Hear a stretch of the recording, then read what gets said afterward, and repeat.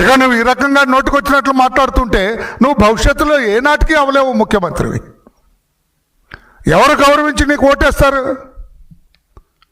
అరే వాడారా నోటుకొచ్చినట్టు మాట్లాడతారు. చంద్రబాబు గారిని బావిలో దూకమన్నాడు చూడు, పవన్ కళ్యాణ్ బావిలో దూకమన్నాడు, అతను అచ్చెన్నాయుడు గారిని బావిలో దూకమన్నాడు. అతను అంటే నీకు ఎవరైనా ఓటేస్తారా? గౌరవంగా మాట్లాడాలా, సంస్కారయుతంగా ఉండాలి. ఒక చెంప కొడితే రెండో చెంప చూపించినట్లు ఉండాలి. మీరు క్రైస్తవ మతం అంటావు, నువ్వు బైబిల్ చదువుతానంటావు, నువ్వు క్రైస్తవ మతాన్ని పాటిస్తానంటే మీ దుంపదగా ఎప్పుడైనా బైబిల్ చదివారా మీరు? ఏమి చెప్పినాడు జీసస్ క్రైస్ట్? ఒక చెంప కొడితే రెండవ చెంప చూపించమంటే నీ వ్యవహార శైలి అంతా అట్లాగా ఉంది. వాళ్ళు ఒకటి తిడితే నేను 10 తిడతాను అన్నట్టుగా ఉన్నావు నీ దొంప దగ్గర. క్రైస్తత్వానికి వ్యతిరేకంగా నీ వ్యవహార శైలి ఉందని చెప్పి కూడా నేను తెలుసు. అంతేకాదు సోదరులారా, ఇతను 2017లో ఆగస్టు 4వ తారీఖున నంద్యాల ఉప ఎన్నికలు జరిగేటప్పుడు చంద్రబాబు గారిని నడి రోడ్డు మీద కాల్చి పడేయండి. నువ్వు పొలిటికల్ లీడర్వా? నువ్వేమన్నా స్ట్రీట్ ఫైటర్వా మిస్టర్ జగన్మోహన్ రెడ్డి?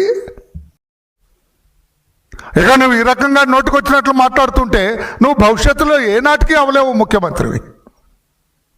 ఎవరు గౌరవించి నీకు ఓటేస్తారు? అరే వాడారా నోటుకొచ్చినట్టు మాట్లాడతారు. చంద్రబాబు గారిని బావిలో దూకమన్నాడు చూడు, పవన్ కళ్యాణ్ బావిలో దూకమన్నాడు, అతను అచ్చెన్నాయుడు గారిని బావిలో దూకమన్నాడు. అతను అంటే నీకు ఎవరైనా ఓటేస్తారా? గౌరవంగా మాట్లాడాలా, సంస్కారయుతంగా ఉండాలి. ఒక చెంప కొడితే రెండో చెంప చూపించినట్లు ఉండాలి. మీరు క్రైస్తవ మతం అంటావు, నువ్వు బైబిల్ చదువుతానంటావు, నువ్వు క్రైస్తవ మతాన్ని పాటిస్తానంటే మీ దుంపదగా ఎప్పుడైనా బైబిల్ చదివారా మీరు? ఏమి చెప్పినాడు జీసస్ క్రైస్ట్? ఒక చెంప కొడితే రెండవ చెంప చూపించమంటే నీ వ్యవహార శైలి అంతా అట్లాగా ఉంది. వాళ్ళు ఒకటి తిడితే నేను 10 తిడతాను అన్నట్టుగా ఉన్నావు నీ దొంప దగ్గర. క్రైస్తత్వానికి వ్యతిరేకంగా నీ వ్యవహార శైలి ఉందని చెప్పి కూడా నేను తెలుసు. అంతేకాదు సోదరులారా, ఇతను 2017లో ఆగస్టు 4వ తారీఖున నంద్యాల ఉప ఎన్నికలు జరిగేటప్పుడు చంద్రబాబు గారిని నడి రోడ్డు మీద కాల్చి పడేయండి.